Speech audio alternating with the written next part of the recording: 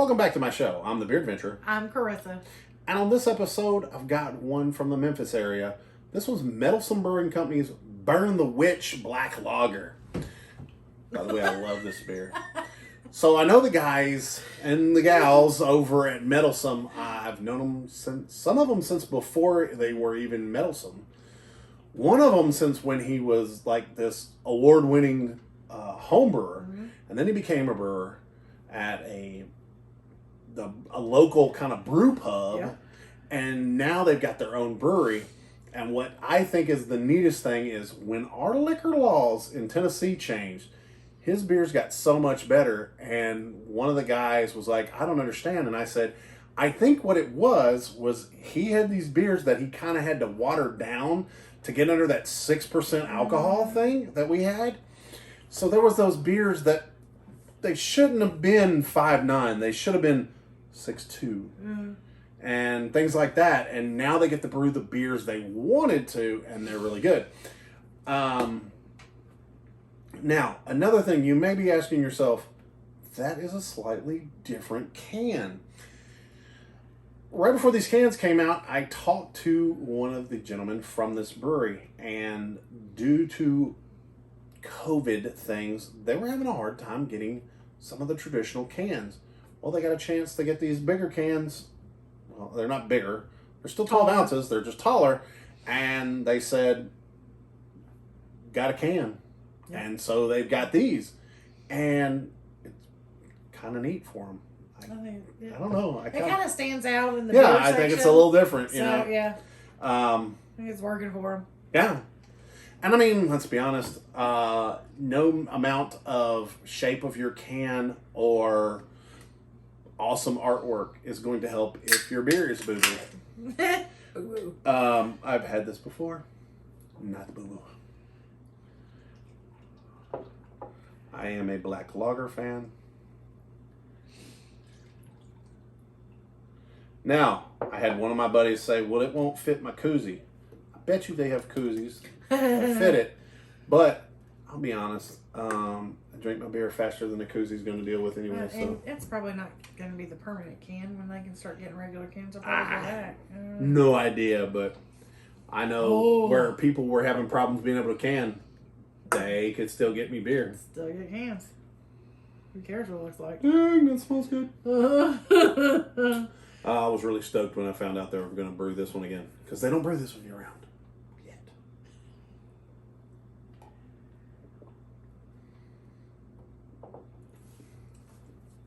Gosh, I like that. Now, I used to get it on draft. And it was fantastic.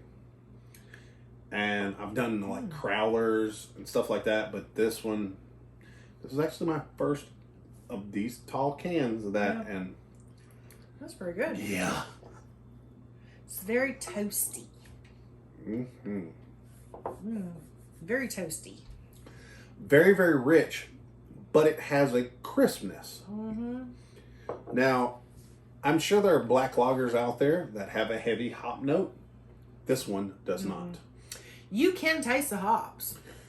But it's not offensive. It doesn't linger. And for somebody who is not a hop person at all, that says a lot. Yeah, if you watch some of the videos with her, she does. Yeah, watch an IPA video. Go ahead and do it. Just do it. Now, I seem to see some more of the black lagers tend to come out in a colder time period. I would drink this in the summer. Yeah. But I'll drink a stout in the summer. I will too. Yeah. I don't care. I'll drink a shandy in the winter. It doesn't matter to me. Amen. Amen. It's really weird for a beer to have this much crispness at the front. Yes, and it is but still at the be front. So smooth, and really, the aftertaste is nice, but the after feel, which I don't think enough people discuss that, the after feel in your mouth, it's very smooth. I wouldn't call it silky, but it is a smoother. It's not, hey, here I am. It's comfortable. Yeah, it is. The lingering aftertaste. There is a little groovy. hop in that aftertaste. Yeah. But like It's I said, not like a it's pine tree. not offensive. It's not like licking a Christmas tree. No. I don't know. I mean, I can live with it. Mm. Yeah, I can definitely live with it. And, these are in that, $7 to $10 6-pack mark that a lot of the craft beers are in. Mm-hmm. I get it. Occasionally, these are, I literally paid less than $1.50 in a, singles place. Yeah. Which this much action from a local brewery. Yeah, there's a lot going on in there. It's really good. There's a lot going on in there.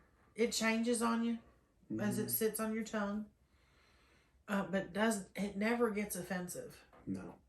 It never gets too strong. I would definitely say it's bold. But it never gets too strong. Yeah. I think bold is a good word for it. It's a bold beer. I don't know. I like the name. I like the artwork. I like the flavor. Yeah. And all the people that I've dealt with from the brewery, they've all been. They're super nice. They're fun. Yeah, they're super nice guys. So it's really good. I dig it. All right, if you guys are a fan of the black lager, let me know down there in the comments. If you're a fan of Meddlesome, let's talk about it. If you're not a fan of Meddlesome yet, you've got to get in on that if you get a chance. The folks there, they do a good job. Now, while you're down there, if you're enjoying it, give me a like. Hey, how about a subscribe? I do this 3 times a week, Monday, Wednesday, and Friday. Unless one of those days is a real major holiday. But it's time to get down into my personal rating system. Did you dig it? The most important thing, did you dig it? I do. I dig it.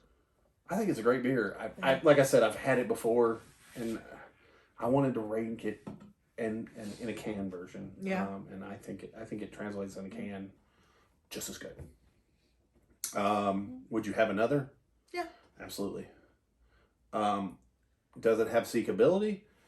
For me, it kind of does. I really like it. And I especially if it was in my market, it'd have a little less seekability because I'd be able to find it easy. But since I do have to go slightly out of my area to find it, it is one that I'm like, oh, do we have any of that? Yeah, let me throw one of those in my pick 6. How many in a 6-pack? Well, I would definitely say it's worth 1 at minimum.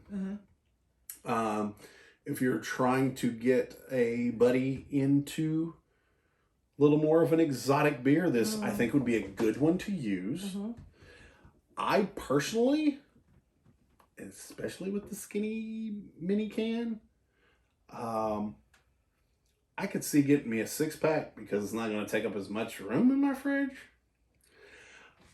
I wouldn't have a problem having a couple of these in the refrigerator. Yeah. I would drink a 6-pack of these. I might even drink 3 or 4 in a row. Because I think that black lagers to me translate really well with food. Yeah. Like say you're going to have like a meat and cheese tray. Bam. You're in there. Yeah. Also, spicy food and a black lager go really well together. Oh, I'm out now. Like hot wings or like a blackened fish or blackened chicken. Yeah.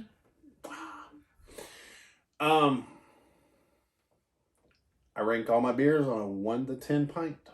1 is the lowest. It's a 7. 10 is the highest. 7. It's an 8 for me. And I mean, this beer, not even the friendship I have with the people that brew it, has any effect on that. This is a very high quality feeling, tasting, smelling it, and it is a style that I really enjoy. I like lagers. I like black lagers. This is, to me, a very good black lager. I'm not as big a lager fan, even though I do like really dark beers. I'm more of a stout porter. This has a little more of the hop than I generally like, even though I don't find it offensive. So that's why it's a 7 for me. Awesome. And that's why we have multiple people on the show. So there you have it. Thanks, Meddlesome. You did a good job. You did a good job. And until your next beer adventure, cheers.